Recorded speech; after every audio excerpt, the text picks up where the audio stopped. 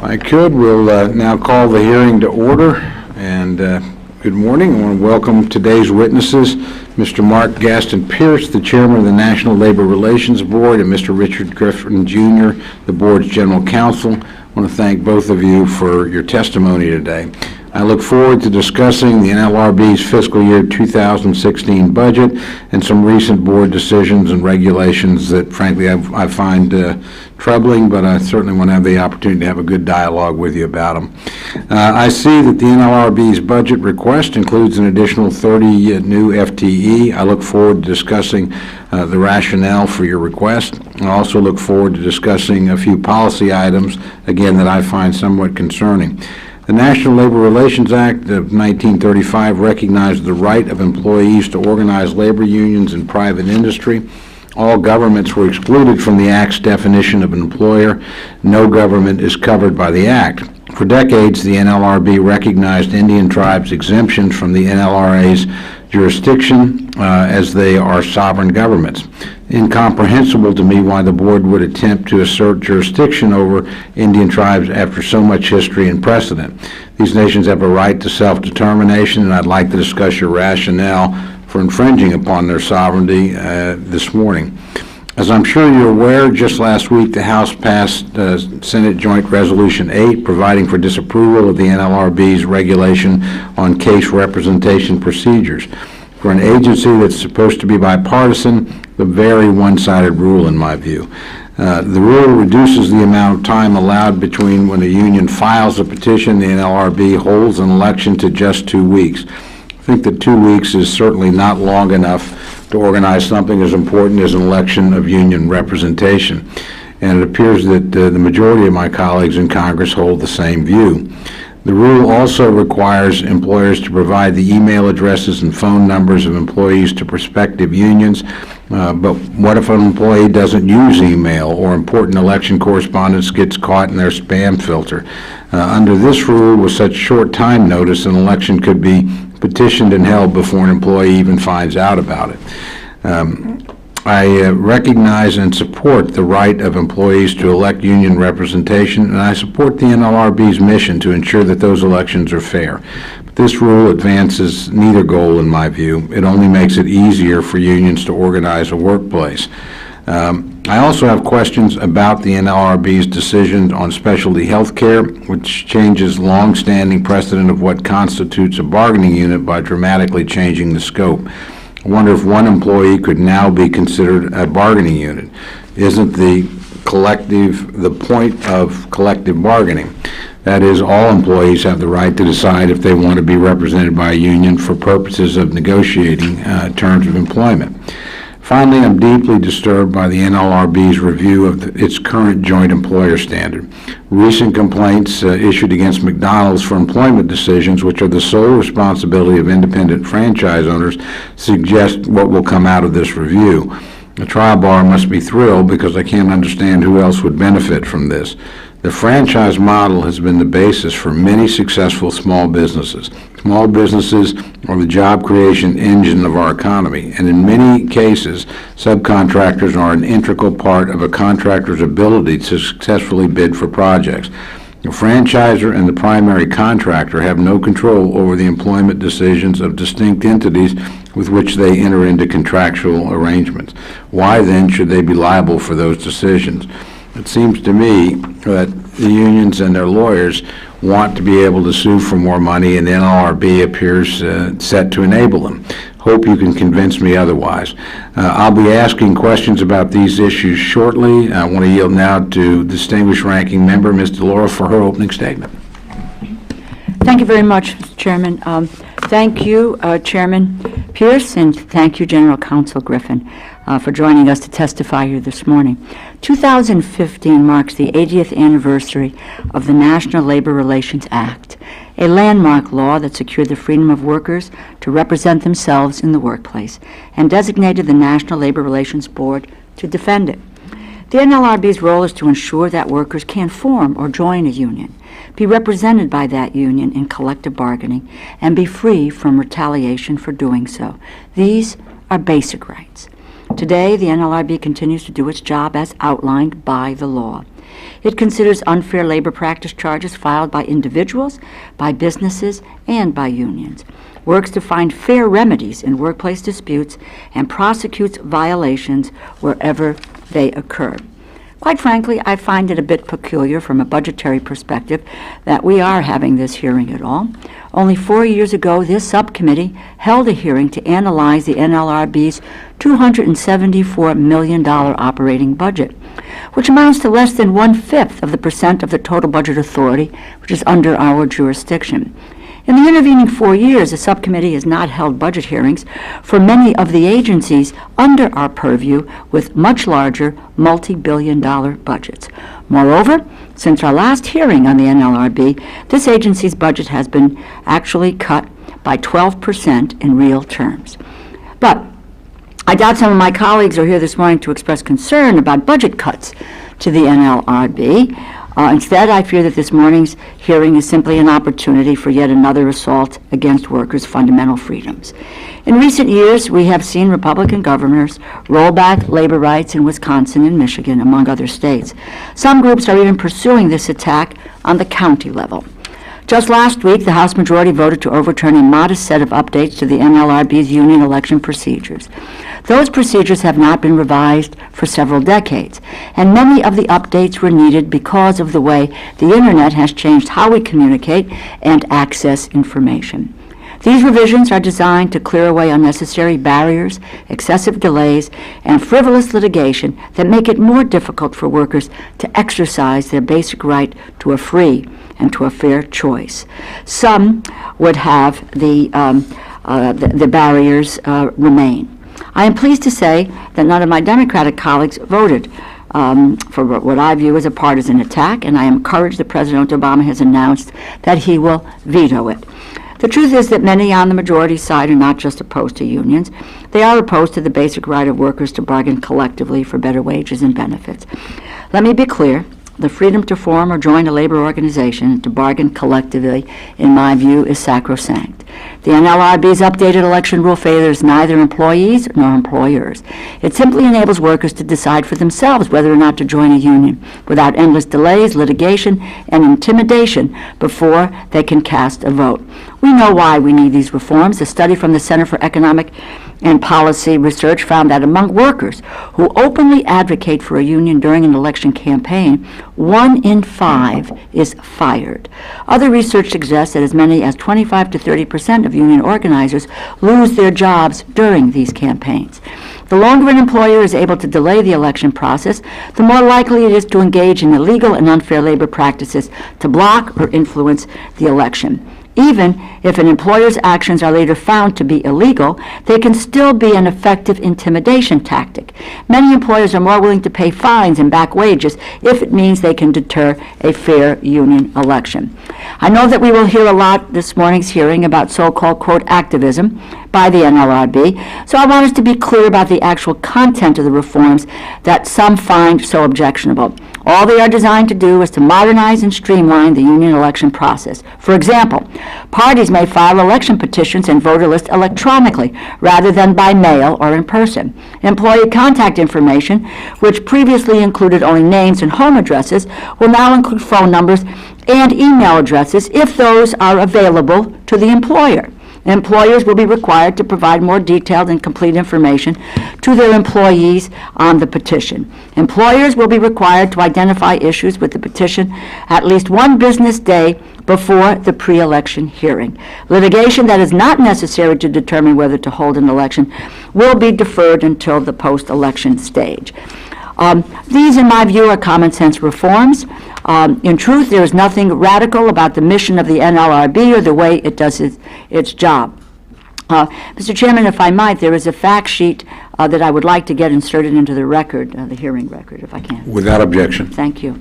As I said at this hearing 4 years ago, attacks on workers' rights are not serious attempts to restore jobs, to boost economic growth, or to address budget deficits. Instead, they are designed purely and simply to accelerate a race to the bottom. They can only do further harm to middle-class families who are already struggling with a tough economy. Thank you, and I look forward to hearing your testimony. Thank you very much. And gentlemen, again, thank you for being with us Chairman Pearce, you're recognized for 5 minutes. Your full testimony will be entered into the record, so whatever comments you care to make. Thank you, Chairman Cole.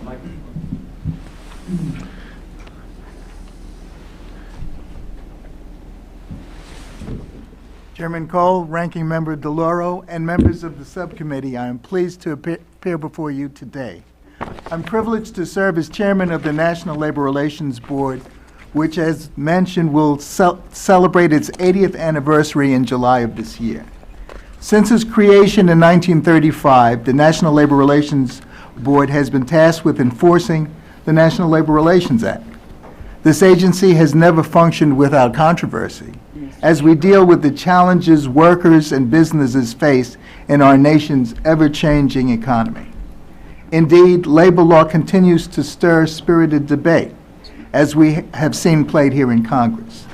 Regardless of political tides, this agency's job, through 13 administrations, has been to serve as independent enforcer of this nation's most fundamental labor laws.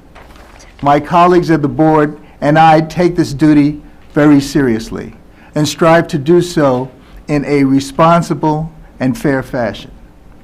General Counsel Griffin will speak more specifically about the agency's fiscal 2016 budget request, as his side of the agency oversees and employs the vast majority of its staff.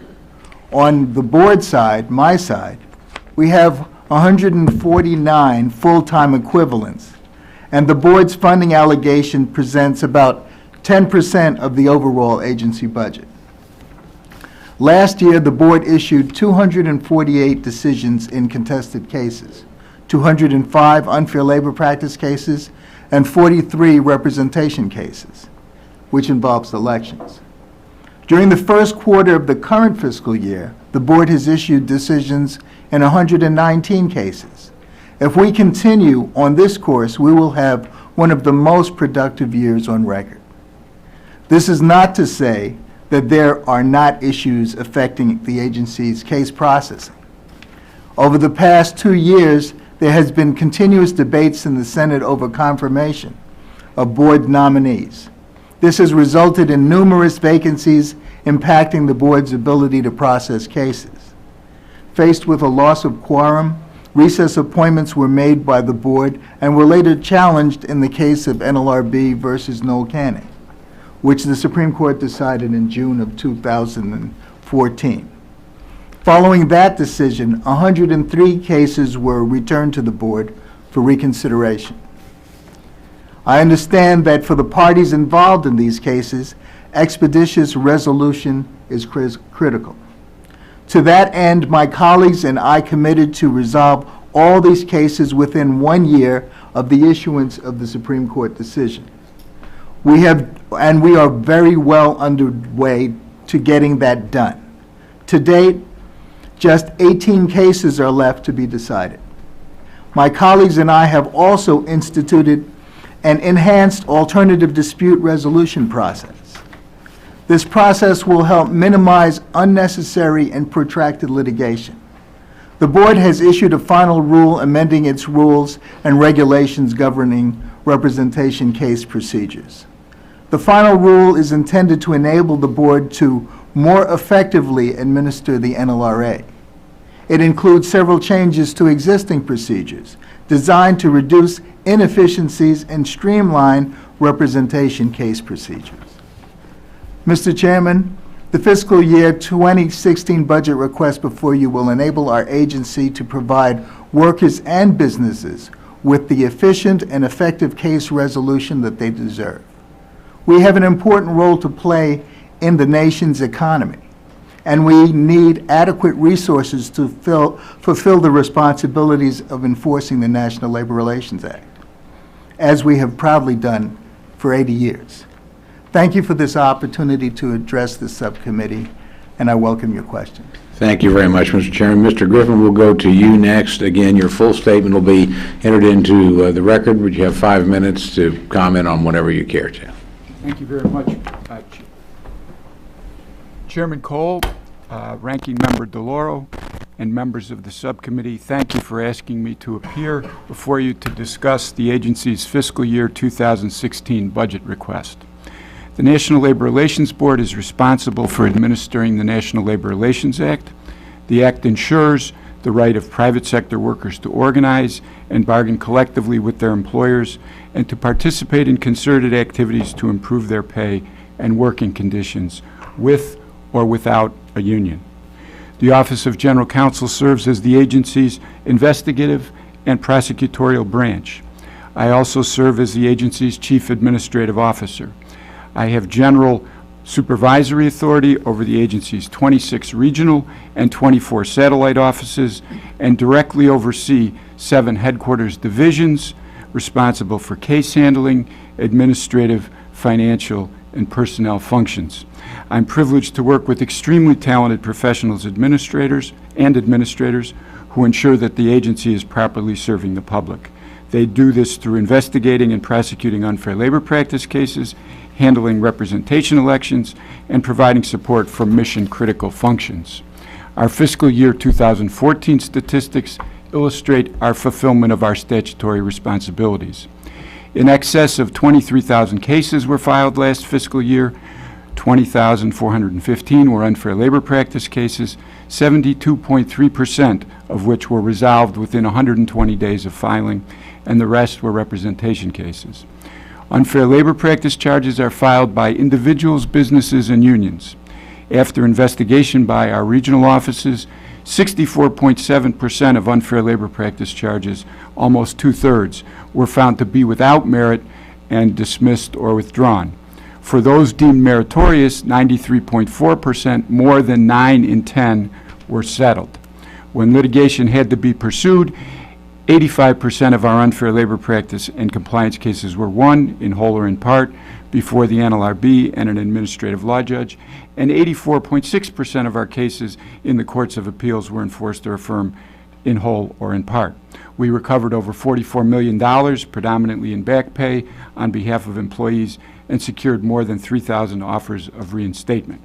The agency also has authority to seek temporary injunctions from the Federal District Court to ensure that traditional remedies do not come too late to repair the damage done by unfair labor practices. Last fiscal year, the board authorized my office to seek injunctive relief in 38 such cases, and in all the cases that ended up having to be litigated, those were won in whole or in part.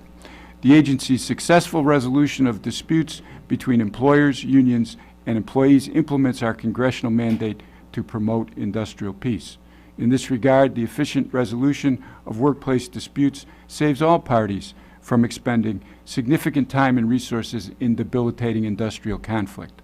Success resolving industrial disputes is completely dependent upon maintaining adequate staffing levels, training that staff, engaging in appropriate succession planning in light of the expected loss of many retirement-eligible employees, investing in long-term information technology solutions, and addressing all other operating costs, including case-related travel. About 80% of our proposed budget is dedicated to personnel compensation. About 10% is for rent and security. More than half of the remaining amount is committed to crucial technological improvements to the agency's public website and case handling software. The National Labor Relations Board plays a critical national role in ensuring that workplace disputes are resolved efficiently and effectively.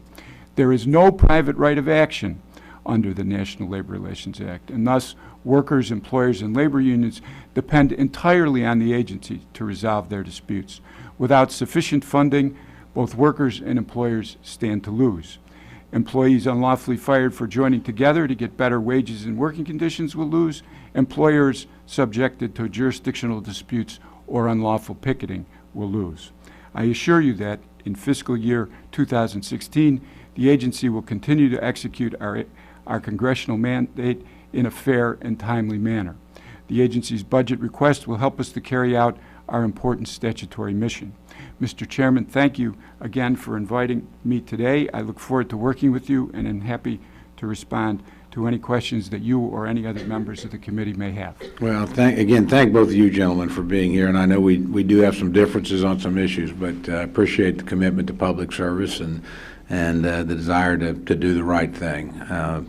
Let me go on something, and I'm going to add a disclaimer up front because I want all my biases to be perfectly appropriate on the record. I'm a pretty fierce defender of tribal sovereignty. My own tribe's Chickasaw Nation. We're actually in litigation with the NLRB now, and so it's obviously an issue of great deal of personal concern, but it's also professional concern as well. As somebody that believes very strongly in tribal governance, and frankly, this administration has a very good record, by and large, in Native American affairs. It really does. I've worked with the president on everything from VAWA to increased funding for Native Americans. We're working together on an education initiative now. So this is an area that, frankly, in my view, it predates the administration, because the agency many years accepted that tribal governments were governance. It had no jurisdiction there any more than it does over a state government or over the federal government or over a possession in the United States. We've pretty carefully drawn a line between this agency's responsibilities and public versus private employment. And again, before either of you were there, the decision was made at the agency that tribes would now come under their jurisdiction. If I recall right, it was early in the 2000s. So again, for over 65 years, tribal governments were outside, and then the agency unilaterally made the decision to take jurisdiction over some areas of their economic activity. Can you give me the intellectual justification for that decision by the NLRB? Well, thank you, Mr. Chairman, and I appreciate your concern. And of course, I won't speak on the Chickasaw Nation case because that is before us and pending, and it would be inappropriate to do so. But our determinations relative to Indian tribes and our jurisprudence that followed that stems from San Manuel Indian Casino, which was affirmed by the D.C. Circuit in 2007. It follows the Supreme Court's case. It's Tuscarora and Coeur d'Alene in the Ninth Circuit, and it follows that framework. The NLRB generally, and I'm not going to get into the weeds on that because I'll probably confuse myself. The NLRB will decline jurisdiction if one of these exceptions apply. And that is, if there is a treaty that specifically deals with the issue at hand, there will be no abrogation of that treaty. But in circumstances where a tribe is not fulfilling a traditional tribal or governmental function, such as engaging in a commercial enterprise like a gaming facility, a casino that is targeted to non-Native Americans, employing substantially non-Native Americans and not involved in tribal governmental functions, the NLRB has exacted jurisdiction. Where the circumstances are tribal government related, we have and will continue not to establish jurisdiction, so there's a balancing test that we utilize.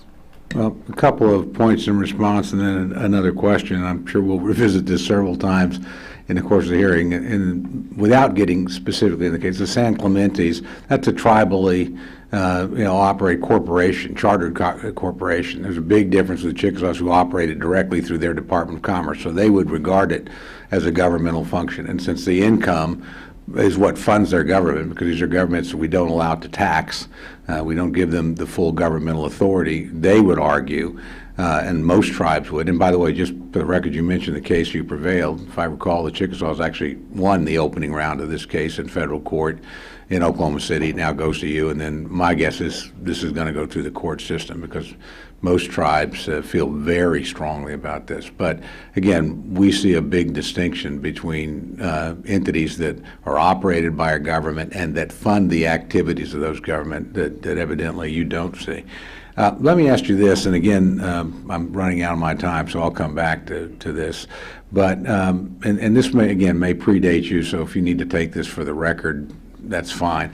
I'm very curious about what sort of consultative process went on with tribes when this decision was made, because again, for many decades, the NLRB did not assume jurisdiction here, did not see that it had it. So can you sort of familiarize with me with whatever process it was as you made your decision to expand your jurisdiction into the area? Well, if I could just address that briefly. Certainly. Because the chairman is the chairman of the board that sits as sort of an appellate adjudicative body of unfair labor practice cases. And so the record that's before them is a formal record that's established through an administrative law judge's hearing, and then there are briefs filed. And any kind of ex parte communications outside the scope of that would be problematic.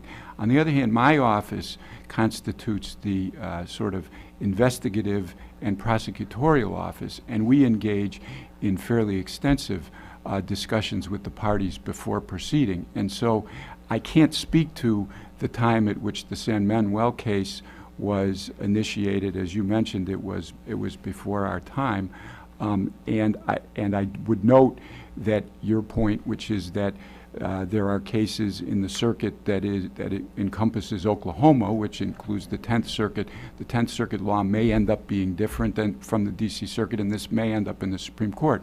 But returning to your question, we have a consultative process, and as an example, there was recently an issue with the Little River band in Michigan where there was an unfair labor practice case. It wasn't a representation election, and it took us some time because of the weather in Michigan in the winter, and we were going to have an in-person consultation with the tribal council, and we set it up 2 or 3 times, and ultimately we ended up having a video conference for an extended period of time where they advised me and the people in my office of the tribal procedure for processing cases that they contended was similar to ours and that we ought to defer to.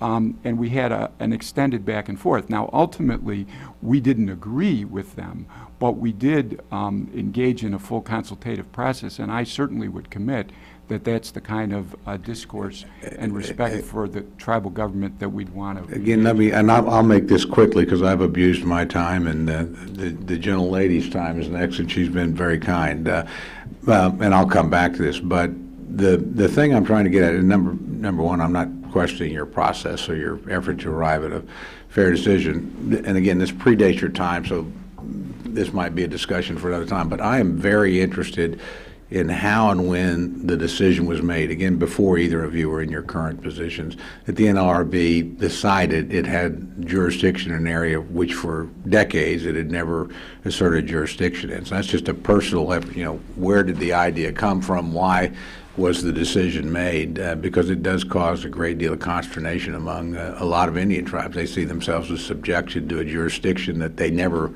visualized they would be, and indeed for the majority of the history of the agency chose not to exercise. So any information you can give me on how that decision was arrived at these many years ago would be gratefully received. And again, I thank the gentlelady for indulging me, and she's recognized for whatever question she cares to put to our witnesses.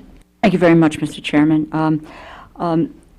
Many of you know I'm not a supporter of the current push for trade promotion authority. It's not that I'm against trade, but I'm in fair trade. The trouble is that what we have seen in the labor standards rise to our expectations in countries after we realize we've not seen the labor standards rise to our expectations after we finalized a trade agreement with them. In fact, the GAO has found that the U.S. Trade Representative's monitoring and enforcement of labor clauses in these agreements is limited and slow.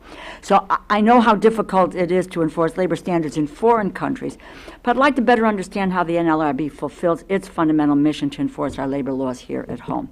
Mr. Griffin, I recognize the NLRB doesn't have independent enforcement authority over other agencies. I believe you're limited to responding to claims filed by individuals, businesses, or unions.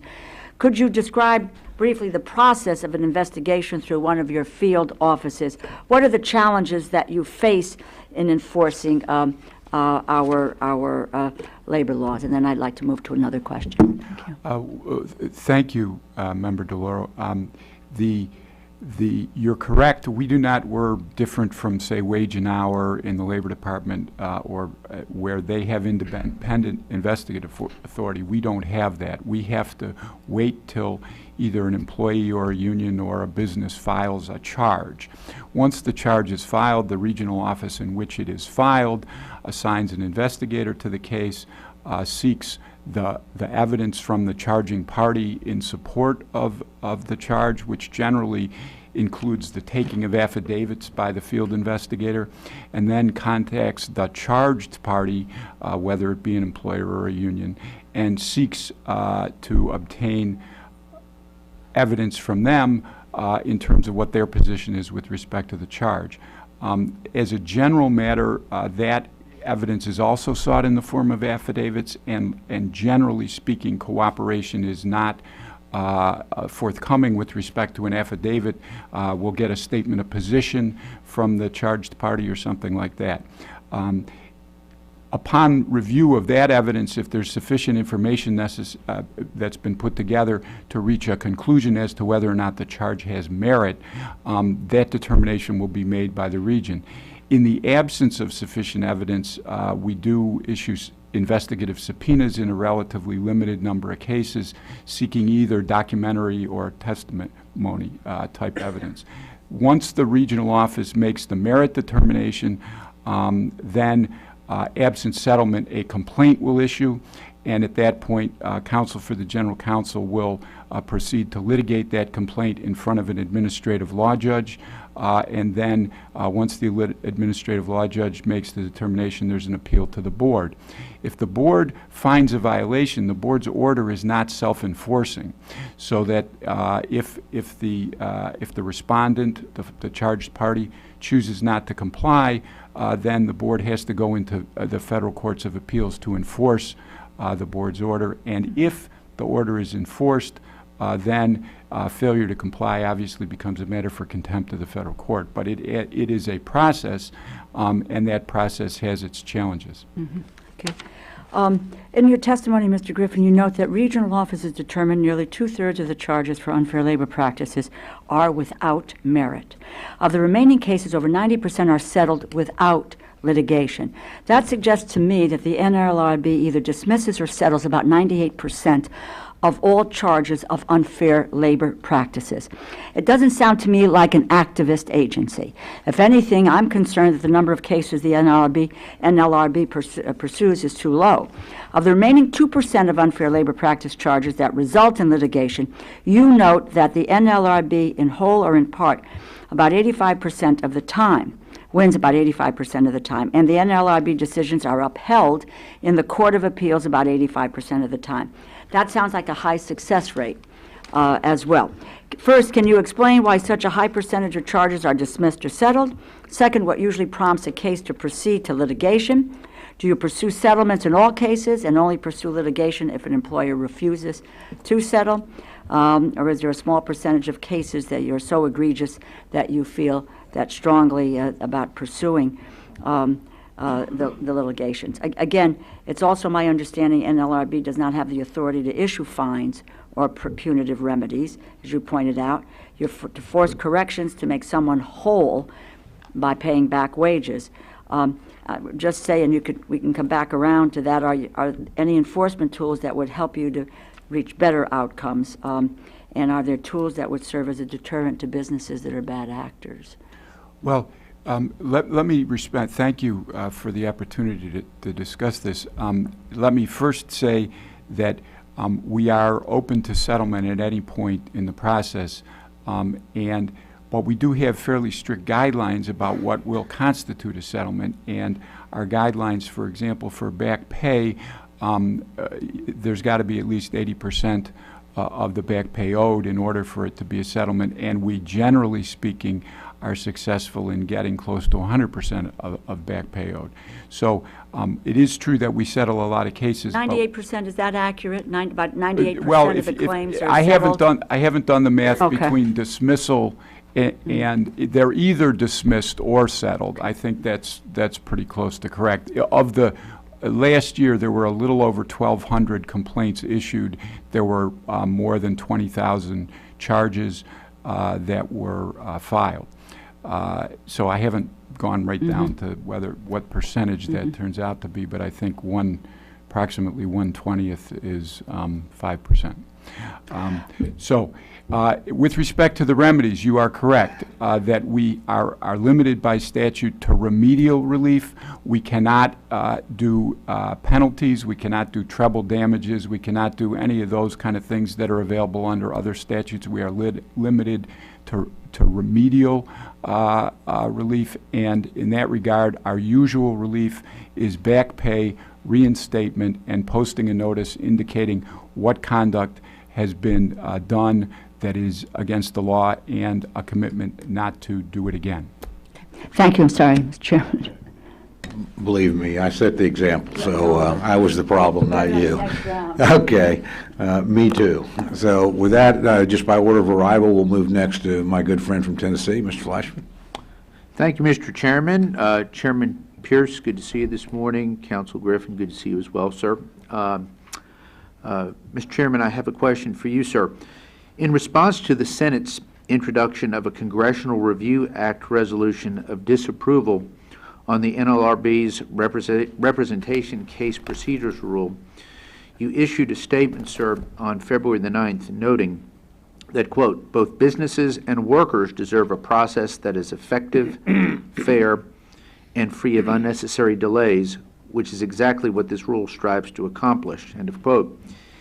Even though protracted delays of elections are exceedingly rare, it is undeniable that at least some of these delays can be attributed to union blocking charges or protracted decision-making by the board itself. My question, sir, is if the final regulation is truly about eliminating unnecessarily delays, why does it do nothing to address delays caused by labor unions or the board itself?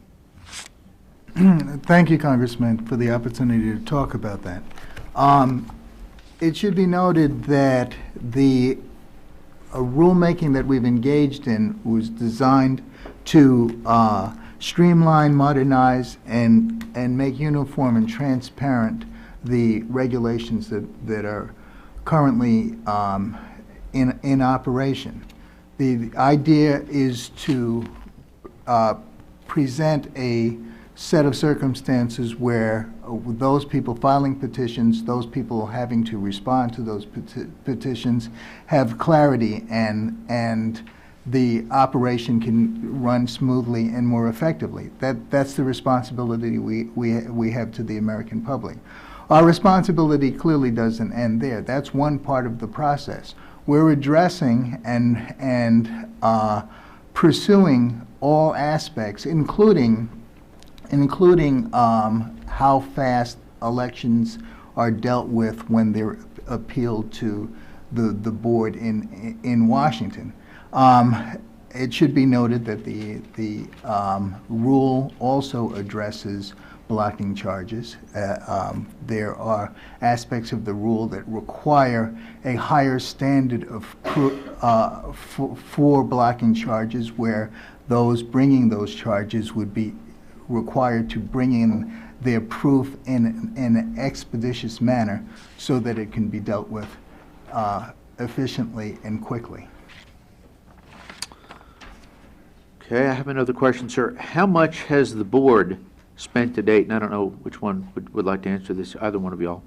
How much has the board spent to date in researching, drafting, making preliminary preparations for implementing its new election rule, including the holding of hearings on the new election rule, reviewing thousands of comments regarding the new rule, and training board staff regarding the new rule?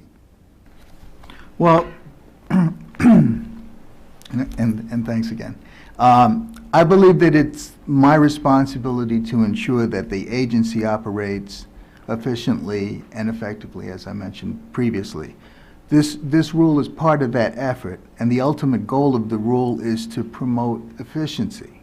It includes reforms designed to save the parties from litigating unnecessary issues and ultimately saving the agency and the taxpayer resources. In an immediate answer to your question, I don't have a dollar figure that I can give you, but the rule is designed to modernize elements of the representation case process, permitting electronic filing, which helps the agency reduce paperwork and associated costs. Any efforts to improve the efficiency has costs associated with it. I felt that it was important that the board engage in the Administrative Procedure Act and have a notice and comment period so that people could have input into the development, so that we have a full range of concerns being addressed to us. And of course, there were costs associated with that. We've made every effort to minimize the costs. There will be costs of implementing the rule, but those are transitional costs because the agency's transition to a more efficient and streamlined process is the goal. Thank you. Mr. Chairman, I know there's a lot of folks who want to ask questions, so I'm going to yield back at this time. Gentlemen, I thank you very much. Thank you very much. We'll next go again on order of arrival to distinguished gentleman from Pennsylvania, Mr. Fattah. Thank you, Mr. Chairman. Chairman, you mentioned in your testimony about this expedited resolution process that you have instituted to help move cases along. Could you talk a little bit about how that's working? Well, the alternative dispute resolution process and Yeah, I use my own phraseology. But oh no, that's fine. I know exactly what you meant. It's one where once we have possession of the case, once it's within the jurisdiction of the board itself, the executive secretary will contact the parties, and this is after a judge's decision has issued, and there's been a recommendation by the judge finding either a violation or some or all of the allegations. And they get the parties together and to discuss how these cases can be resolved. And there's he's a trained mediator, and there are trained mediators accessible to the board that are involved in trying to mediate the dispute so that we can the appetite for utilizing this alternative process, is it, I mean, are people taking you up on your offer? Well, not as much as we'd like, but we do have people, parties responding to that. Of course, it's a voluntary thing. Oftentimes, parties are more amenable to responding to that once the administrative law judge's decision has issued and the recommendation is not in the favor of the party holding out. And to the General Counsel, you indicated, as is the case for all of the American economy, but particularly the federal government, that there is a crisis of baby boomers retiring over time, and there's going to be critical skill shortages. And you said that you're spending some time on succession planning for the agency. Could you talk a little bit about that? Yeah, we have a very significant percentage of the employees of the agency who are retirement eligible. And they tend to be, because of their seniority and accumulated knowledge, they tend to be in supervisory and leadership positions. And as you know, the hardest thing to do in these contexts is to get the stuff that's in their brains out in a way that's accessible to people. So, for example, we have a very senior person or a very senior set of leadership in our injunction litigation branch. They work with the regions on trying to make sure that the filings in the federal courts seeking either 10J injunctions or 10L injunctions, which are injunctions that are sought against certain types of union secondary picketing and other unfair labor practices, that they have the best thinking with respect to filing those briefs, sample documents and things like that. So we've recently engaged in an effort to get the senior people to take their information that's in their heads and get it onto an internal website that's easily searchable. That's one example. The other example is we're trying to bring on staff to make sure that there are people who are trained and ready to take over when those senior leaders retire. And that's really a challenge, but because people are very busy and it's difficult to take the time to do that, but we're encouraging it because it's going to be necessary. These folks have worked a long time and they're entitled to their retirement when they decide to go. And one last question, and I've still got a green light, which is great. So you're going to be present in Philadelphia for a R case rule dissemination process in April at the ABA. It's limited for 100 lawyers. Is that because of, is that the normal size? Is that because of space limitations? Well, what we're trying to do, I'm not personally. I hate to ask you a local question, but No, in no, our that's business, perfect. local is I got important. you. That's what we're trying to do is set up training in as many locations as we can, and with as much of the practitioner community working with our regional offices as we can, and we have sort of an evolving schedule of that. And I personally don't know the particulars with respect to the Philadelphia training, but I can look into it and provide your office with whatever Thank you, and I information thank the you need. chairman. I yield back. Thank the gentleman very much. I think next up on our side, Mr. Harris from Maryland is recognized. Thank you very much, and thank you, both of you, for being here today. Let me follow up with the questions from the gentleman from Tennessee about what is affectionately referred to as ambush elections.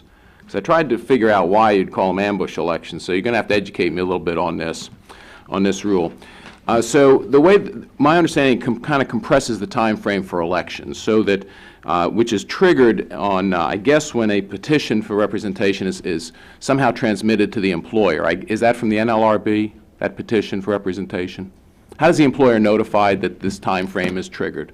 Well, the petition is filed with the NLRB, and a copy of that petition is supplied to the employer. The same day that it's filed with the NLRB? Pretty close. And my understanding now is that within 8 days, there has to be that first hearing, is that right? 8 calendar days? Yes, but there is leave for extensions with appropriate cause. Right, but that's an NLRB decision. I mean, the rule says it's 8 days. Yes. Okay. And by the noon of the day before that 8th day, basically the employer has to have all I guess, submit something to the NLRB that sets out its statement of position. Is that what it's called? With regards to whether or not the representation unit is appropriate, things like that. Well, There is a deadline the day before. There's a deadline to provide a statement of position the day before the hearing. Noon of the day before. The hearing right. is to take At noon, place. not close of business, noon, is that right? That's right. Okay. So, and I'm just thinking about this as a physician. I would imagine, and maybe I'll ask Mr. Griffin, I would think labor law is pretty specialized. You don't go to just a general practitioner who does wills and estates when you're doing a labor law negotiation. I'd imagine. Is that right? Well, certainly the labor bar would make that contention. Sure, sure. And you, I imagine, was a member of the labor bar. I am. So do you make that contention? I agree with that. You yes. do. Do you think NLRB law is kind of a subspecialty? You know, having... Well, having practiced labor Yeah. law, at one point in time, and I've done it for now about 34 years, at one time, the board law was basically the central body of law that you had to Right, know. so it's pretty subspecialized. It is, but you have ERISA, you have a You number wouldn't of go to a other- family practitioner to do a hip joint replacement, and you wouldn't go to a general I have practice had lawyer. a hip replaced, And I you would didn't go not to a general family- practitioner. And just No, like that, you're you wouldn't correct go, about that. you wouldn't go to a general practitioner to deal with a labor NLRB representation. I'd imagine. I'm just, again, this is outside my field. I'm not arguing with you, I'm agreeing with you. Good, okay. Now, I represent a pretty rural area with small employers. Is it true that the median number of employees who, in a petition for representation in 2014, because this was testimony before one of the other committees earlier this year, is 28 employees? That's the median number? The elections conducted by the board over the last 10 years, the median number in elections that have been conducted has been between, I think, 23 or 24 and 28. It's kind Right, of so, gone so back that, and that's forth. kind of small. So, and I'm in a rural area. A lot of my employers are in that ballpark, maybe even less. I imagine very few of them have in-house counsel. And I imagine none of them have in-house counsel that is actually specialized in NLRB law. So what they would have to do, and let's just pretend that the union, because it actually understands that this deadline sped up, files the petition Thursday before Labor Day. By your laws, that hearing has to be next Friday, right? 8 calendar days. It's, Is that it's business days. I think it's calendar. I don't know, the testimony in front of the, you sure it says calendar days for that hearing? I don't recall. Calendar. Oh, I'm sorry, my bad. Calendar day. Wow, let me get it straight. The general counsel of the NLRB got that critical question wrong? You needed to turn around and get, Mr. Chairman, I'm amazed. But let's go on. So it's filed for next Friday. So my small employer has to find a subspecialist lawyer the day, and my understanding, this could be filed by close of business on Thursday. It doesn't have to be noon. It doesn't say filed by noon, does it? The petition. So at close of business Thursday, the employer finds out and has to find a specialized lawyer to prepare a pretty in-depth position of statement of position and have it ready by Thursday after Labor Day. And if they don't include something as statement of position, it can't be entered at the hearing. They can't bring it up at the hearing. Is my understanding? Look, I'm just a doctor. I'm not a lawyer. Mr. Griffin, is that my understanding, that if they don't have it included in that statement of position, they can't introduce it at the hearing next Friday after Labor Day? My understanding is that if you don't have the issue raised in the petition, or you don't have it in the statement of position, that you cannot raise it in the hearing. Mr. Chairman, I'm going to yield back, but I got to tell you, I now understand why it's called an ambush election. Thank you. I thank the gentleman. Next, go to my good friend from California, the gentlelady, Ms. Lee. Thank you very much. Good to see both of you. And let me first of all commend you for all of your work that you do in protecting all employees. Your work for those who need labor and employment protections is extremely crucial, especially, unfortunately, given the still exploitation of workers, especially low-wage workers and immigrant workers. So thank you very much. I understand that the NLRB played a very crucial role, and this is a case at the San Francisco facility where the agency was able to secure an agreement with a successor employee to offer jobs, and they had to pay $1 million to more than 100 current and former employees. Now, these included people who were not hired because of the successor employer's unwillingness to accept a duty to bargain with its employee's chosen bargaining representative. I'm glad that you were able to step in and to get just compensation for these employees, but I'm concerned that a successor company would refuse to bargain with a chosen representative. So is this prevalent? Was this an unusual case? What have you done in the past to rectify this, and how well is this approach working now? And I'm glad that you were able to solve the San Francisco case, but I just hope it doesn't happen again. Thank you very much, Congresswoman Lee. The successor refusal to hire issue is one that has been of great concern to our office. And so what we've done is we've included it in our priorities for seeking 10J injunctive relief. My predecessors had established certain other priorities with respect to injunctions. Ron Meisberg, who was appointed by President Bush to be the general counsel, had established a bad faith first collective bargaining agreement initiative where if people involved in an initial collective bargaining agreement bargained in bad faith, that was going to be a priority for seeking injunctive relief. His successor established a nip in the bud organizing campaign initiative where if someone was discharged at the very beginning of an organizing effort, that was the type of unfair labor practice charge that would be a priority for seeking injunctive relief. And my office, shortly after I got in, reissued a memorandum on our 10J program. That's the program that governs seeking injunctive relief, and included successorship refusal to hire cases.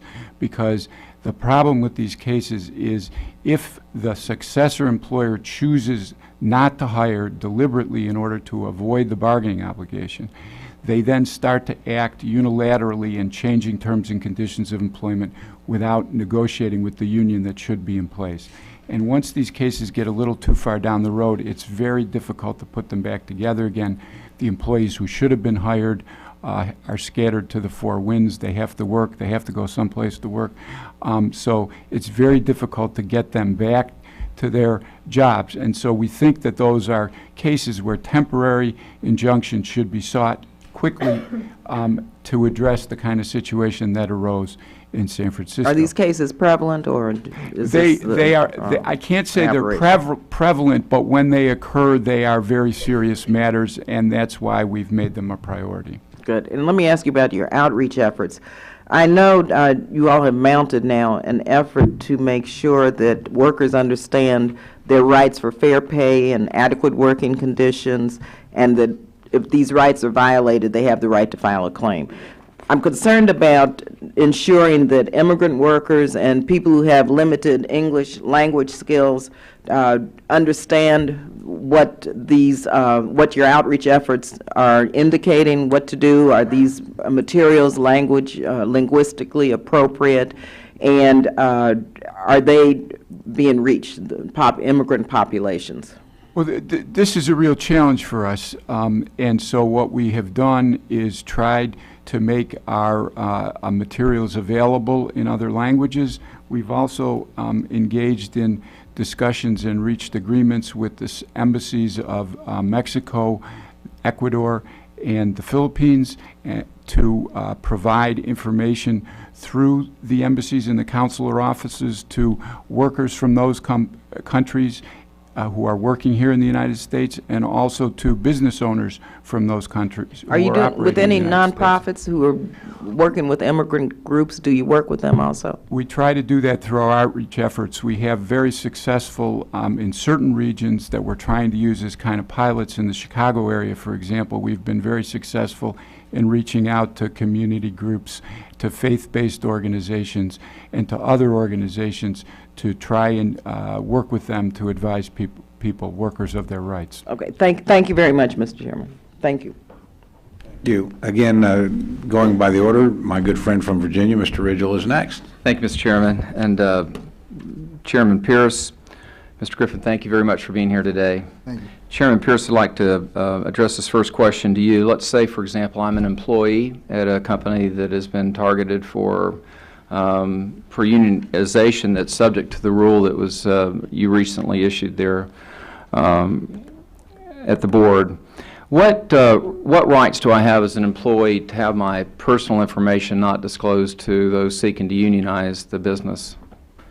Well, you have the same rights that employees have always had for the last 50 years. So I can opt out?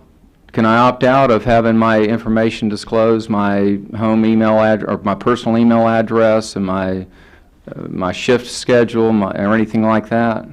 Well, what the rule does is provide information to the union similar to the information that the employer has, because the purpose of the rule is to give parties to the... But I can't opt out if I want to? No.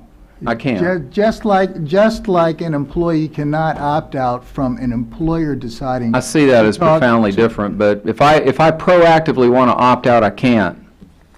My privacy is not protected. I can't. My information must be disclosed, correct? Well, currently, under the current law, before we even get into the rule, under the current law, an employer is obligated during that point in the process to provide the names and the addresses of employees.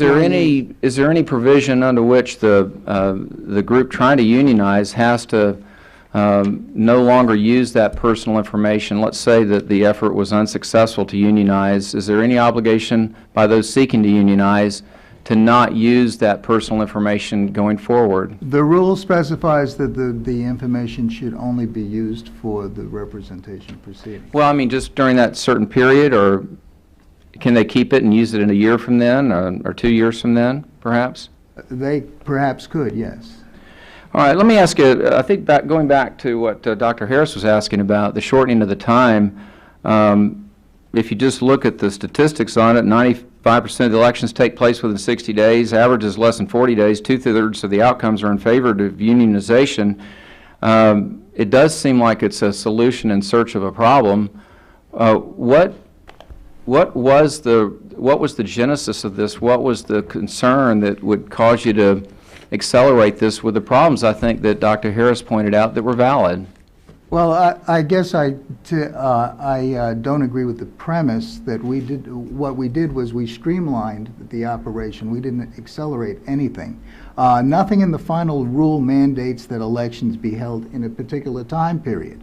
The statute gives the board responsibility to hold elections as soon. It's not a rule without substance, though, is it? I mean, it really had an impact. And the impact of this, the substance of it, was that it compressed, at least potentially, the time that between the initial attempt to organize and the actual election. I don't want to, I take no pleasure in being argumentative with you, but it's my understanding that the time was compressed, or at least it allowed it to be compressed. Is that true or not? Well, what I'm trying to explain to you, and I'm glad to talk as long as you want about it, is that the board's responsibility is to make hold an election as soon as practicable. That's what the statute says. Well, that's what we're following. I would just say that perhaps it's hypothetical, but this scenario that was laid out by Dr. Harris, that's very plausible to me, and it seems unfair to the employer. I think that the essential mission of the NLRB is a valid one, and I believe the rights of workers need to be protected, and there are examples, certainly if we go through American history, where employers took advantage of workers. So it's not, I don't start out with an inherent bias here, but as I look at this as objectively as I can, I think you missed the mark. I want to point out something, and I'm going to give Mr. Griffin just a moment, if I even have it left, to respond to something, but I noticed in his opening testimony, he talks about what the NLRB is responsible for, and he mentions employees, but nothing about employers. And perhaps that was unintentional, but when you are the prosecutorial aspect and side of this operation, to not mention the other party that you're trying to, administer justice to, I think it's an omission that should not have been made. If I could respectfully disagree in my opening remarks, and I will quote them accurately, without sufficient funding, both workers and employers stand to lose. Employees unlawfully fired for joining together to get better wages and working conditions will lose. Employers subjected to jurisdictional disputes or unlawful picketing will lose. And employers you are 100% correct. There are provisions under the National Labor Relations Act that are unfair labor practices by unions. They are found in Section 8B of the Act. They include unlawful picketing by unions. They include certain aspects of jurisdictional disputes.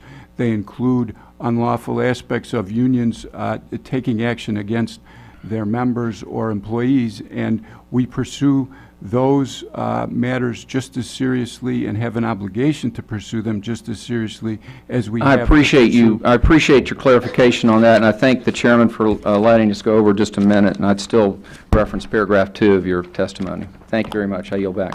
Certainly. We next go to the gentlelady from Alabama, Ms. Roby.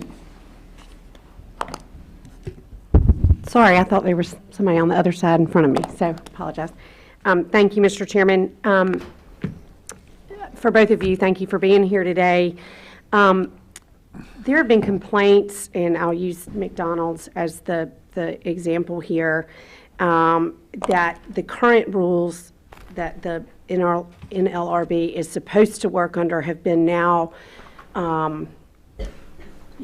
interpreted differently when it comes to the relationships with franchisors and franchisees, in that the franchisee is being dinged, and then also you are now interpreting the rules so that the corporation, the franchisor, is being held responsible for something that the franchisee did on the ground that the franchisor has no control over. And that is a different response, as is my understanding, as what the rule requires. And I'd like for you to address that, but, you know, this could have a huge effect when we start looking at contractors and subcontractors, go down the list of how our economy works. So if you could address this is very concerning to me that this rule is all of a sudden being interpreted differently. I'd be happy to address it, and because it is a matter of such significant concern, I think it's very important that our office's position is crystal clear. And so I'm not going to talk specifically about the McDonald's cases because those cases are in ongoing litigation, and I think it would be inappropriate to do that. That's fine, but the issue itself Issue of and joining- moving forward, if you can talk about why you feel as though the NLRB has the authority to change their interpretation of these rules. Okay, that's what I'd like to do. Right. The issue that's involved has to do with the question of joint employer status. And from the very beginning of the National Labor Relations Act, going back to 1935, there was a standard that was applied, which we characterize as the traditional joint employer standard. And that standard was applied from 1935 till 1984. And then the board changed the standard in 1984 in two cases, the TLI and the Leerco case. And what they did in those cases was they took certain factors that had previously been looked at by the board as among the factors to determine joint employer status, and they made those particular factors the minimum for determining joint employer status. Now, fast forward to last spring, the board asked for briefing on the question in a case called Browning-Ferris. The board asked for briefing on the question of whether or not it should continue to use the same joint employer standard or it should change the joint employer Can you give me standard. some examples of the joint employer standards? I mean, Yes. because what I'm concerned about is where do we draw the line? And each one of these cases is very fact-specific, and so it involves looking at a number of factors. But to summarize the current standard, essentially, it's that the putative joint employer has to have involvement in determining directly substantial terms and conditions of employment. The prior standard allowed not just direct but indirect involvement in the determination of terms and conditions of employment. And so that was the way. Now, when you say terms and conditions of employment, are you saying, so if a franchisor has a contract with the franchisee requiring that certain standards be met, that would be considered direct involvement? No, in fact, and in the brief that we filed in Browning-Ferris, we addressed this very specifically. There are prior cases under the traditional standard that we are asking the board to return to that say if the franchisor's involvement in the franchisee is for the purpose of maintaining the uniformity of the brand or product, that does not make them a joint employer. And specifically in the brief that we filed, we said we are not asking the board to overturn those cases. So there will be many, many, many franchisee-franchisor relationships under the standard that we are advocating that will not be affected at all, even if the standard is changed, because we're saying don't overturn those old cases. However, if the involvement of the franchisor with the franchisee is greater, goes beyond maintaining the independent and quality of the brand or product, then we say under certain circumstances, then the franchisor can be a joint employer with the franchisee. And one thing, I have been asked about this on a number of occasions in congressional inquiries, and I have responded, I think, on 4 separate occasions to different groups of Congress people who have asked about this. And one thing that I have said, and I've said it most recently in a response to the 2 Senate committee chairmen as well as to Chairman Klein, We do not have any cases in the United States open right now that allege joint employer status solely under the position we're advocating in the Browning-Ferris case. In every case that we are seeking to have somebody held as a joint employer, we are doing it under the board's current standard and then arguing in the alternative for Browning-Ferris, and that includes McDonald's. Okay, so my time has expired, but one thing that I would, because I'm very concerned about this, again, as an overreach in determining how this rule functions, I would like if your office would get to my office copies of the letters that you have responded. You don't have to rewrite me a new letter. I'd be If you would happy get to me supply copies of what those. you've already done, that would be I'd be happy to great. supply those, and I also had attached with some of those the Browning-Ferris brief, which lays out what we're arguing in favor of, and I'd be happy to supply those. And if it would be useful for the committee, Mr. Chairman, I'm happy to supply the correspondence. I would appreciate it. I actually think it would be very useful, so thank Okay. you very much. Thank for you, being Mr. Chairman. forthcoming. I yield You're back. welcome. We next go to the distinguished gentleman from Arkansas, Mr. Womack. Thank you, Mr. Chairman. My thanks to the gentleman for appearing today. I have a couple of questions, but I want to go back to something that the gentlelady from Connecticut called attention to earlier before she departed, and that was the cases or the complaints, the number, and she threw out the number 98% are, and I thought she said dismissed, but you alertly, Mr. Griffin, said that in that category that they're either settled or they're dismissed. Yeah. And you didn't have the math to say how that's broken down? I can give you the numbers in terms of the case, what percentage of cases are dismissed or withdrawn. I can also give you the numbers of once merit is found, what percentage of the cases are settled. What I didn't have was combining those two numbers, how many cases proceeded to litigation. I can certainly, but if you want me to go through those, I'd be happy to. No, that's not important. Here's the point I'm trying to make, and that is similar to what my friend from Maryland was asserting, that he represents an area that's pretty rural in nature. And if you looked at my district, I represent an area that's pretty rural in nature. We don't have any major cities, major metropolitan areas in my district. So I'm like him. I represent a lot of business owners that are on the average quite small. And he asserted that because of the size, and you threw out the number between 23 and 28, because of the size, it is, I think, logical to conclude that these small businesses don't have the capacity to hire and staff in-house people that have the subspecialty capability to deal with some of these very complicated matters. And so here's my question. Back to the 98%. Is it possible that of those people that are entering into some kind of a settlement are doing so because it, not as any kind of admission of guilt, but moreover because it is far more beneficial to them, cost-effective for them to enter some kind of a settlement than it is to engage in some kind of costly litigation?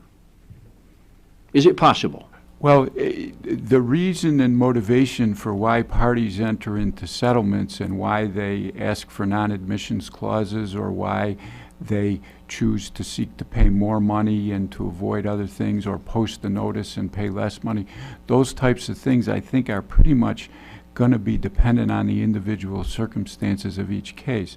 All right, And but it would let's be just hard for me to speculate in there. Then let me ask it a different way. Based on individual circumstances, is it possible that they're going to enter into some kind of a settlement because it is it appears to be a better alternative than costly litigation? Yes or no?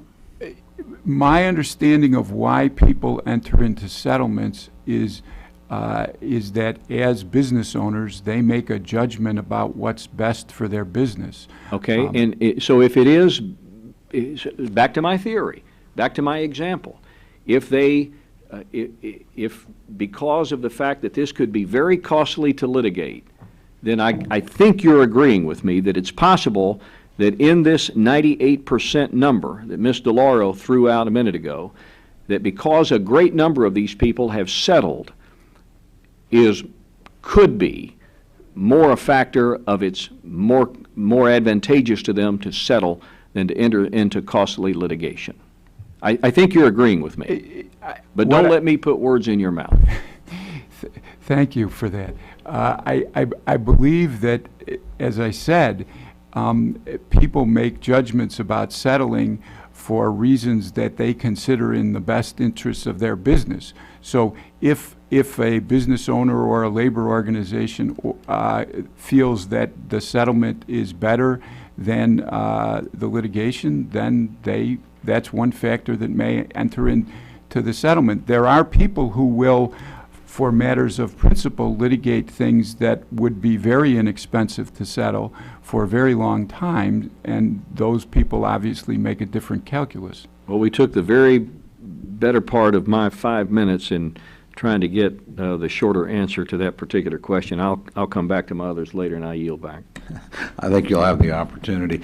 You gentlemen have gone through a number of I wouldn't say hostile, but critical questions in a row. So I want to sort of balance this out a little bit. I'm going to skip my time, come back to myself, but I want to recognize my good friend from California, gentlelady, Ms. Lee, to give you guys a little bit of a break here. Thank you very much. And our ranking member had to go to Ag for a minute, and she'll be back very shortly. But I have a few questions I'd like to ask in her stead also. First of all, when we talk about the NLRB, yes, the conversation usually involves and revolves around unions. But the NLRB and the Act protects the rights of all private sector workers, whether they belong to a union or not. So can you talk about the ways in which the NLRB protects the rights of non-union workers also? Well, I'll take a crack at it, but I think the General Counsel will have some things to add. But the Act, from its inception, as you stated, Congresswoman, is designed to protect the rights of workers that are non-union as well as unionized workers. Several cases involving employees who were subject to harsh discipline as a result of social media activity, workers who were subject to discipline because of unfair working conditions, employees complaining about it being too cold in a facility, or questioning the safety of equipment.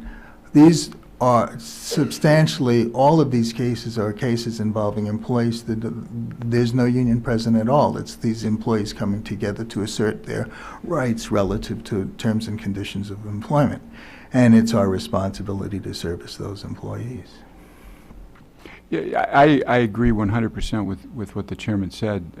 The Act covers the entire private sector workforce, and people who have rights to engage in discussions and activities surrounding their working conditions and wages together, and that is without regard to whether or not there's a union involved. And so the example that he gives of the employees who are in a workplace where it is cold and they want heat to be able to do their job, it would be one example, and there are quite a few others.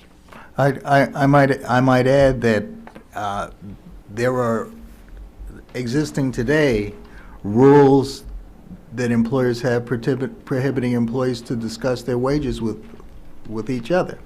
Those have been considered rules that are violative of the National Labor Relations Act from time immemorial, and that no unions are involved in those considerations.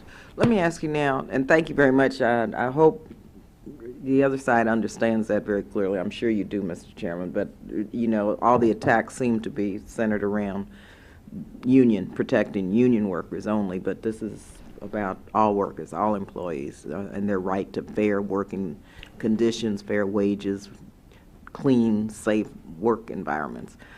So, for union and non-union workers, I just want to make that clear. On the specialty health care, let me ask you a little bit about that, because I know you've been criticized for creating micro unions, But, and Congresswoman DeLauro has the data there, there doesn't seem to be a decrease in the typical size of a union as a result of the specialty health care. Let me just go through these numbers. In 2010, the median size bargaining union was 27, 2011, 26, 2012, 28, 2013, the median size was 25, and 2014, it was 26. So the specialty health care, has it led to this multitude of horrors that critics are predicting? For instance, has there been a mass proliferation of micro unions? Absolutely not. In fact, specialty health care, what it did was return to a traditional analysis of how an appropriate bargaining unit is determined. This was an analysis that was endorsed by the D.C. Circuit in a case called Blue Man Vegas versus NLRB. As a result, the representation proceedings have been functioning fairly and efficiently under these standards. In fact, employers have asserted specialty health care as a basis for making determinations regarding appropriate units. One case, Odwalla, was a case where an employer said that based on specialty health care, the unit that the union sought would be a fractured unit, and we agreed with them. In the clothing departments, we had two cases. One Macy's where we determined that a unit was appropriate, but then another case, Neiman Marcus, where we determined, based on the specialty health care analysis, that a unit as proposed by the petitioner was a fractured unit and would be inappropriate. So then why all the criticism, Mr.? Do you know what this is about, given that it really seems to be about community of interest? Well, I'm at a loss for that. I wouldn't speculate as to it. Yeah, I just add that the board's job and the hearing that was discussed in the time frame that was discussed, the board's job under the statute is to determine whether or not the petitioned for unit is an appropriate unit. And the Supreme Court has been very clear that it's not the most appropriate unit or the biggest unit, but whether it's an appropriate unit. And so in making these determinations, what the board is doing is determining whether or not the unit that's petitioned for is an appropriate unit. And I would just note that the unit in specialty health care that was found appropriate was more than twice the size of the median units that we're talking about. It was over 50 employees. The units in the Neiman Marcus case and the Macy's case, that in one instance they were found appropriate, in one instance they were found not appropriate, those were well over 40 employees. So I don't think, I think calling it a micro unit issue is kind of a rhetorical device that doesn't really focus on what's at stake. What's at stake is whether or not the group that's petitioned for is an appropriate unit. And it can be bigger or smaller. As I said, the Neiman Marcus unit that was found inappropriate was over 40 employees, but the board determined that it was not inappropriate. I see. Thank you, Mr. Chairman. It seems like all this noise really is about nothing, really. But so thank you very much. Thank you, gentlelady. Let me go back to my favorite subject now. So, take you back to the tribal sovereignty issue. And I want to pose a hypothetical, probably to you, Mr. Chairman, but either of you are more than welcome to answer it, because I think both of you would be an interesting perspective. As I look at this thing, and I understand that the agency has tried to make a distinction between governmental functions and commercial activities where tribes are concerned. And it strikes me when I look at state government, some states run the liquor industry themselves. They get a lot of revenue off of it. Some don't. They leave it in private hands but regulate it. I think of both state and national workforces at things like parks where there's lots of recreational activity. It's you could argue whether it's directly a governmental function or not. So in cases like that, I would assume you don't presume you would have the ability to regulate the federal government in areas where it's operating private concessions, basically, as revenue streams, or the state governance where they're engaged in what are commercial activities but draw revenue out, or do you? I mean, I'm trying to understand the distinction between tribes that do that and other governmental units that engage in the same activity, and exactly where your authority, in your view, would extend.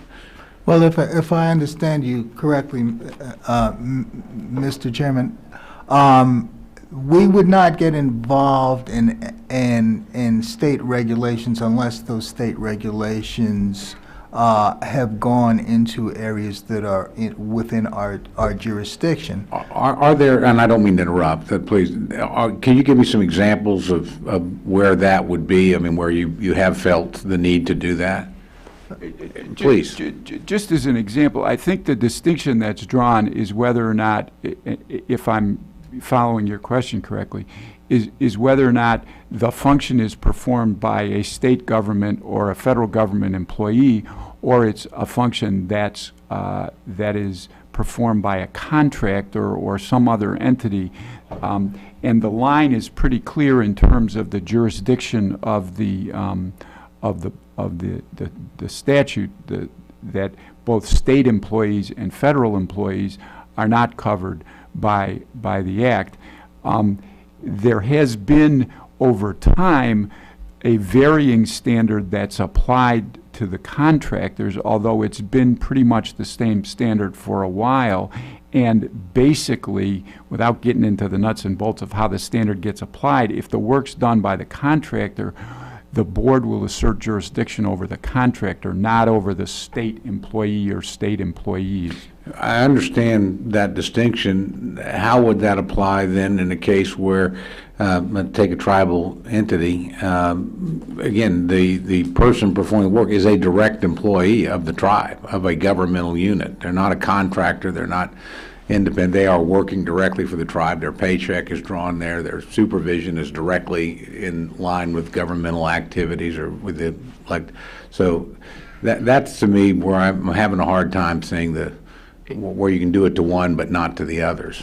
And part of the reason is because there is not an explicit statutory exclusion for tribal governments in the statute. It just says governmental units. There are the only ones I mean, I don't know, is there in the statute, and please correct me because I could very well be wrong here, for the District of Columbia or for territorial possessions, again, places you recognize as governmental units, and where, as I understand it, you don't exercise authority? You're correct that there are other types of governmental units that are specified where they're not excluded. There is not the reason for the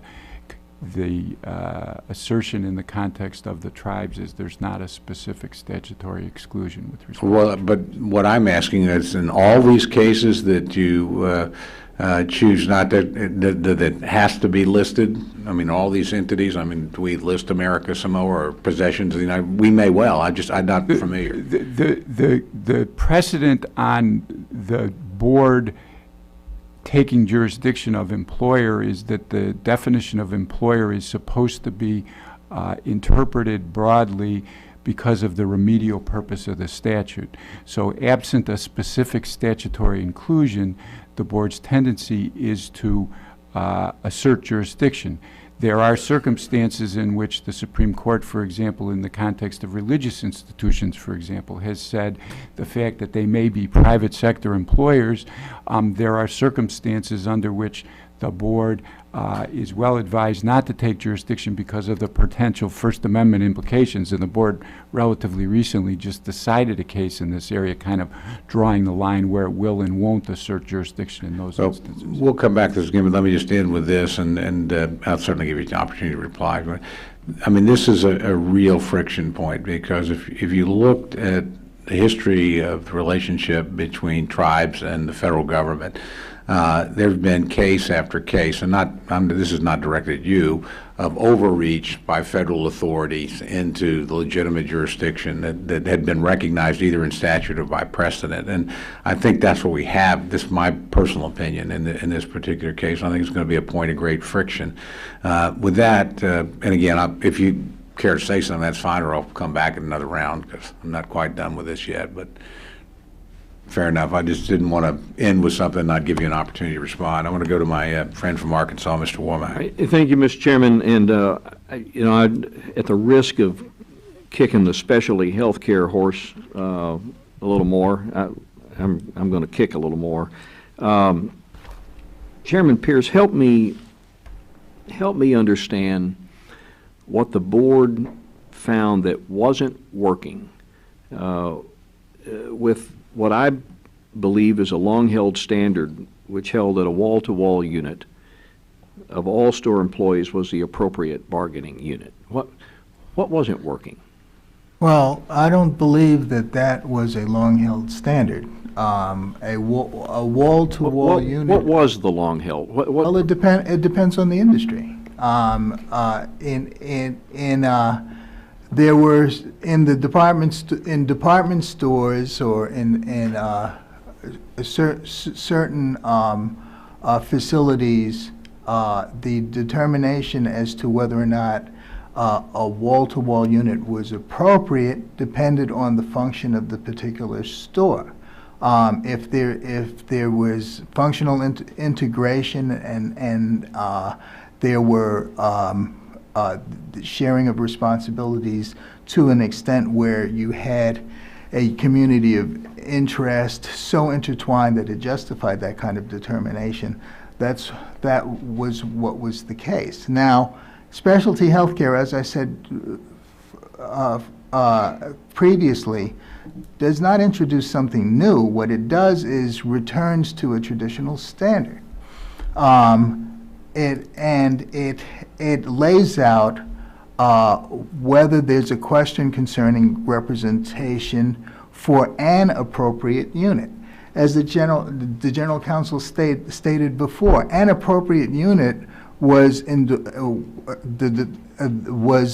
the parameters of that unit was defined by the Supreme Court when it said it doesn't have to be the most appropriate unit, it has to be an appropriate unit. Now, if that unit is to be expanded upon, other parties to the process, usually the employer, can expand upon that unit if they can demonstrate that there is an overwhelming community of interest with those employees sought to be represented in the petition. Well, it would just seem to me that in a generic store concept, that where there might be an opportunity to cross-train employees from one area into another, that if there are multiple bargaining units within that organization that have kind of territorial possession over certain elements of that particular job, that it might discourage or it might prohibit, worse yet, prohibit the ability for certain people to be able to cross-train and receive promotions and go up the chain within the framework of that particular generic store. Agree or disagree? I don't agree. And I say that strongly in that that's all based on what is negotiated between the parties. The employer has a dog in the race. The employer always has a dog in the race. So when the parties sit down and negotiate the parameters of what constitutes training and advancement and so forth, all of that is terms and conditions of employment that is subject to collective bargaining. Well, I'll just end by just saying that in a time when we are, as a nation, are desperate to create jobs and opportunities for people, that it just seems to me that this is one more example as to how we're making it really difficult. I have employers in my district that tell me that cost of compliance, just the cost of compliance with the reach of the federal government into their business is prohibiting them from being able to create the opportunities, create the jobs and the opportunities for people to be productive Americans in our society. And I shudder to believe what what these types of rules and this kind of federal mentality is going to have on our capacity to create opportunities for our people. I'm going to leave it there. I've got another hearing I've got to get to, and I, again, thank the gentleman for appearing before us this morning, Mr. Chairman. Thank you, Congressman. Thank you. If good, we'll go to my good friend who's also trying to shuttle back and forth between hearings, the ranking member. Apologize to you all. I would just to say before my colleague, Mr. Womack, leaves, that many years ago, that, and you take this in the spirit in which it's addressed, there were all kinds of businesses who said that they weren't much interested in minimum wage, and clearly the nation was going to go to hell in a handbasket. The economy was going to collapse if we didn't do something about a minimum wage to start with, and then clearly we continue to hear that with regard to increasing the minimum wage, which would provide people with what they so desperately need these days, the jobs that pay them enough to be able to live on. That being said, I just want to make one point, and then with a question here, follow-up question. I think that I'm going to mention it again. Nearly 2/3 of charges for unfair labor practices are without merit, and that you determined that they were out merit. 2/3. If you were to listen to some of the rhetoric that surrounds the NLRB, one would think that, my God, this was 100% of the cases were being litigated, and, et cetera. I'll just say this, it's not your job, it's our job to get the word out. This is not as I said earlier, an activist agency digging into every business and et cetera, to address an issue, and it's the long hand of government. I think you all need to think about getting that word out as well, as about what you do and what are the issues that you do take on, and what are the importance and relevance of the issues that you take on. With regard to temporary injunctions, let me go back on that for a second, if I might. Last fall, there was an article in the Washington Post. It was about an employee at Capital Bike Share who was fired for organizing his coworkers to form a union.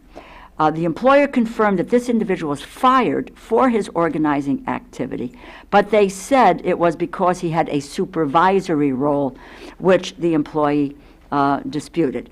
In the article, it says that, quote, by some estimates, organizers are terminated in 25 to 30% of union organizing campaigns, because even if the actions are later deemed legal, they can be effective of squashing campaigns in the short term, and any ultimate consequences, such as paying back taxes, are too small to act as a deterrent for the companies. You talk about, and I know we had some conversation earlier, but you talk about the use of temporary injunctions to assist workers who have been fired or penalized. Can you talk about, again, the circumstances that would lead you to seek a temporary injunction? And your testimony says you sought temporary injunctions in 38 cases last year, and every single one of them was upheld. Do you think there are additional cases that likely should have been qualified for injunctions, but the evidence was insufficient? How common is it for an employer to fire a worker who tries to organize a union? Well, if I could make clear one of the things about the statistics, just so we have an accurate record for the hearing. We were authorized by the board to seek injunctions in 38 cases. Okay. The matters were resolved without having to file in many of those, and in fact, we only had to file 11, and those 11 we prevailed in whole or in part. The circumstances and what the law requires is first that there has to be a reasonable belief that we are going to prevail on the merits, and that is in the nature of making the merit determination and issuing the complaint. This is pursuant to Section 10J, which is discretionary authority to seek temporary relief. And for your example, we would have to determine with respect to this organizing campaign that the individual was fired, was engaged. We'd have to make the prima facie case that the person was fired for their activity, that there was knowledge of the activity, that they engaged in the activity, and the action was taken in response to the activity. Then we have a second piece that we have to demonstrate in order to get and that's that the remedial relief would be just and proper. And what the courts look at is whether, they're going to be, if we prevail in the underlying administrative proceeding, there ultimately will be a remedy at the end of the underlying administrative proceeding. What we have to demonstrate is that there is some possibility that if we wait till the end of the administrative proceeding, some aspect of what the law protects will not be able to be remedied. And so there's a potential for remedial failure. And in the organizing context, what is lost is the the employee's ability to engage in that organizing, to try and bring it to fruition without being interrupted by the unfair labor practice. It's not so much the reinstatement and the back pay, although we will seek temporary reinstatement so that the employees realize that this unlawful conduct cannot be engaged in a way to quash the campaign or to quash their efforts to obtain whatever improvements in their working conditions that they seek. But the thing that we have to demonstrate is that second piece, which is the potential for remedial failure if you wait for the full board processes to take run their course. And so the three examples that I gave, the concern is if it's in a first contract bargaining situation and the parties don't have an established collective bargaining relationship and the workers don't know about how the process works, and bad faith bargaining frustrates the efforts to get the initial contract, you won't be able to put the parties back in the original situation again. That opportunity to achieve the first agreement will be lost. Similarly, the opportunity to engage in the successful organizing campaign or to bring it to fruition will be lost because people will belief that they can engage in these rights protected by the law, that belief, their exercise of those rights will be chilled. Similarly, my successor example that I gave before in response to Congresswoman Lee's question, if a successor employer is successful in not hiring employees because the employer is concerned that if they hire the predecessor's employees, they will take on a collective bargaining responsibility, and they want to avoid that. If people are not hired, they have to work someplace. They go to work elsewhere. Even if you get them reinstated at the end of the day, the union is not in the same position to bargain as they would be if the bargaining obligation was recognized at the inception. So it's these possibilities for, and we have an administrative process that can be protracted. And so part of what the courts recognize is that if the administrative process is going to be protracted, that in certain circumstances temporary relief is necessary. Okay. I would just add, Mr. Chairman, on December 17th, Capital Bike Share workers voted 41-14 in favor of joining the Transport Workers United Local 100. So, thank you, Mr. Chairman. If I can, I want to go to one issue quickly and then yield back to my friend for whatever final question she might have, and we'll draw to a close. But this is actually more to give you an opportunity to address something where I think you've probably already taken appropriate managerial action. But in January 2014, there was an IG report that found the agency's Performance Management Awards program lacked internal controls to detect and prevent waste and abuse. The IG report stated that the program lacked certain records, documented policies, and awards were misappropriated by staff. It actually used pretty strong language, gross mismanagement. And it's my understanding they made 5 recommendations to you, that the agency agreed with all 5 of those, and hopefully you've had the opportunity to implement them. So I just wanted to sort of see where you were in that process. Yeah, we actually, I had a monthly meeting with the IG yesterday, and we looked at where we are in implementing all of those things, and we are either have them implemented or are in process. We took that report very seriously and want to do what we can as expeditiously as possible to address his recommendations. Similarly, I meet with the IG on a monthly basis as well, and we pointedly inquired about those situations, and We have taken internal steps to remedy all of those things. Our fiscal controls are much tighter. We have a CFO that is actively responsible for tightening those situations up. The circumstances involved in many of those reports involved employees that are no longer with this agency. Well, I appreciate you gentlemen following up on that, and if you would, just keep us informed and let us know when you've reached the point where you're satisfied you've got the internal controls in place. Does the gentlelady have any additional questions? No more questions, Mr. Chairman. Okay, let me just end with this. First of all, I want to tell you, if I'm ever in a labor dispute, I'm going to hire one or the other of you, because I think you're clearly superb litigators, and you've been excellent witnesses. Obviously, some members of our committee, mostly on our side, well, probably exclusively on our side, have some concerns. And I think the ranking member made a good point in her opening comment when she said a lot of the concerns are not on the day-to-day management with the agency. Quite the opposite. You've lived within your budget constraints.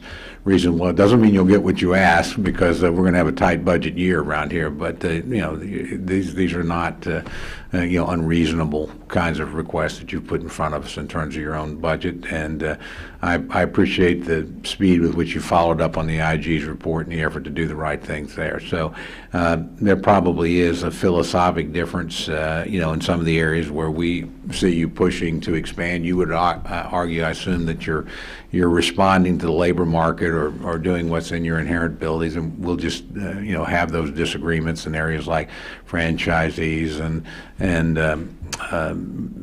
some of the, and particularly tribal governance. We just have a very profound difference of opinion there, which I suspect will be settled in the courts at one point along the way.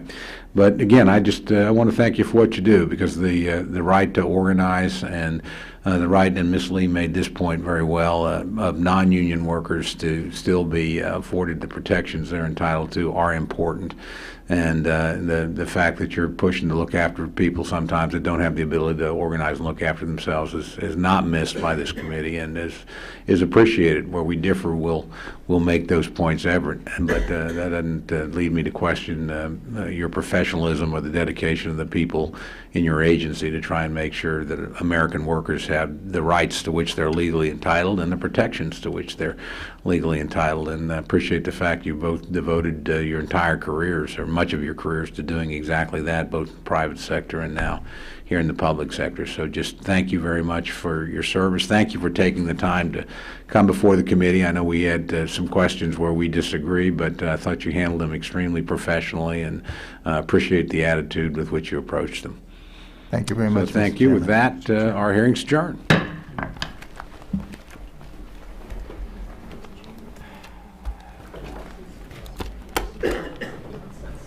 I really apologize for that day fuck-up. I'm sorry. But The calendar day fuck-up, I really am kidding myself. oh.